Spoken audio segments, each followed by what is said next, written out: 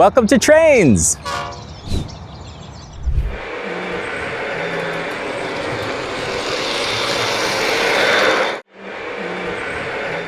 Hey there friends, and welcome to Trainz Reviews. My name is Kevin, and today we're going to be taking a look at this Lionel Pennsylvania Railroad S-2 turbine. Here we go.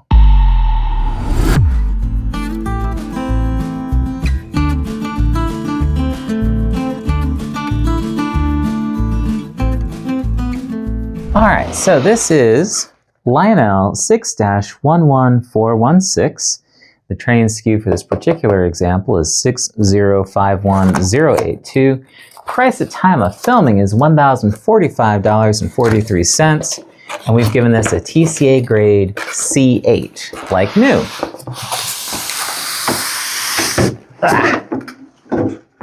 So let's take a look and see what we got here, huh?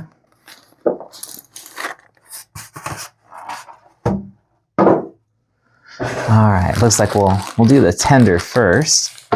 And I can tell just from the weight, we've got a lot of die-cast metal here. It is one of the things I really like about these big Lionel locomotives is that they weigh enough that you could probably use them to stop a car. Look at that. That is a big tender. Alright, I'll put you there. And here's the business end. Hey, so this is what happens when you take a 6,900 horsepower turbine engine, put it on a 686 chassis, and then send 1,000,000 pounds of locomotive flying at 110 plus miles per hour. So what we have here is the big whoosh. Well, that's what the PRR train crews would call it, but officially it's the Pennsylvania Railroad S-2 turbine locomotive.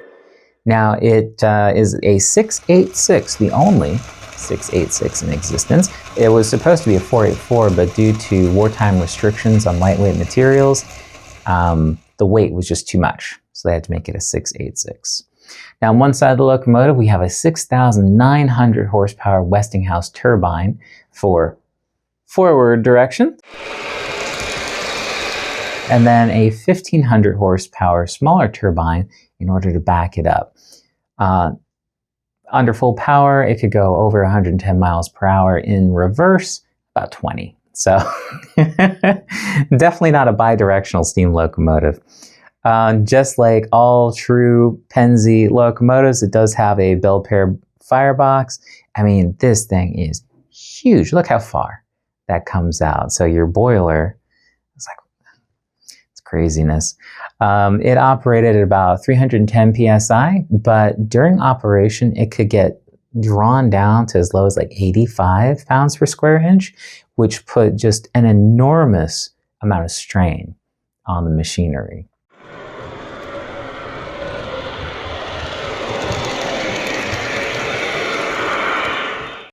Now, there were issues with smoke drifting back from the quadruple stack and obscuring vision out of the cab. So they tried a wide variety of different smoke deflector designs, eventually ending up with these big elephant ears, of the same kind you would see on the Union Pacific FEF3 or the New York Central Niagara.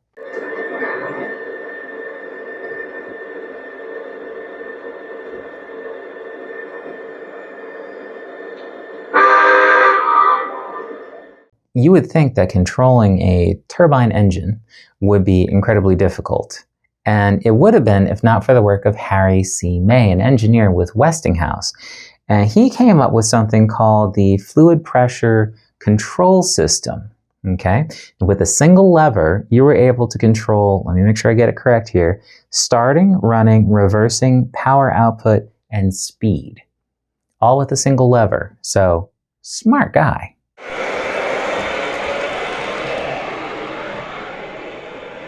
Now, unlike other examples of a turbine-driven locomotive, this used a direct drive turbine, which was connected to the center axles, through gearing. This meant that in order to go faster, the turbine had to spin faster. In order to slow down, the turbine had to slow down, which meant, unfortunately, that it spent a lot of its time outside of its most efficient operating range. Below 30 miles an hour, this thing guzzled coal and water like you would not believe. But the faster it went, the more economical it was to operate. Now, she first ran in March of 1945, and the last run was June of 1949. And unfortunately, by 1952, she was all broken up. Issues with the turbine were the main reason for this. The turbine blades tended to break off and get ingested and cause all sorts of nasty problems further down the line. So, unfortunately.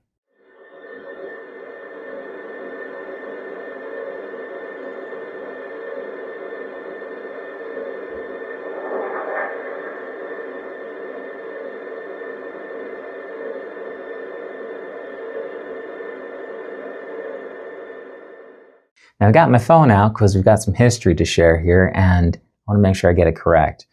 Lionel built two different versions of the S-2 in 1946, the 671 and the 2020. They were discontinued in 1949.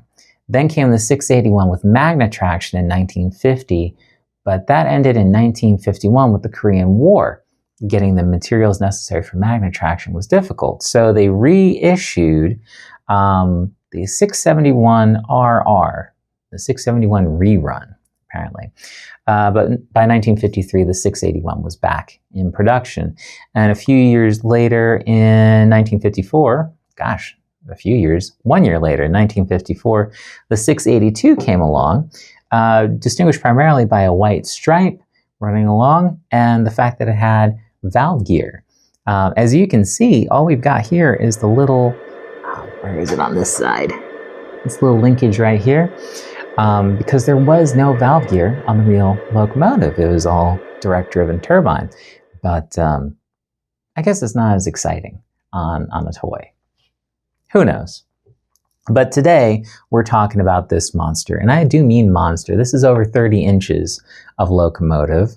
And it's equipped with Odyssey 2, speed control. It has rail sounds, crew talk, tower comm, fan-driven smoke, all sorts of awesome functionality here. I think the cab has interior lighting. Now, as you would expect, given its size, this does require 072 curves. So you're not going to find this thing switching on a branch line somewhere. This was meant for high-speed running. Pennsylvania Railroad, in fact, they kept it in the Fort Wayne division, and it would run from Chicago, Illinois to Crestline, Ohio, and back again. That was kind of their run for the biggest of the big engines that they had. So until next time, friends, please like and subscribe if you'd be so kind. And Pennsylvania Railroad publicity back in the day called this the Battleship of the Rails. So why don't you add this one to your fleet? Trainz.com, making dreams come true, one train at a time.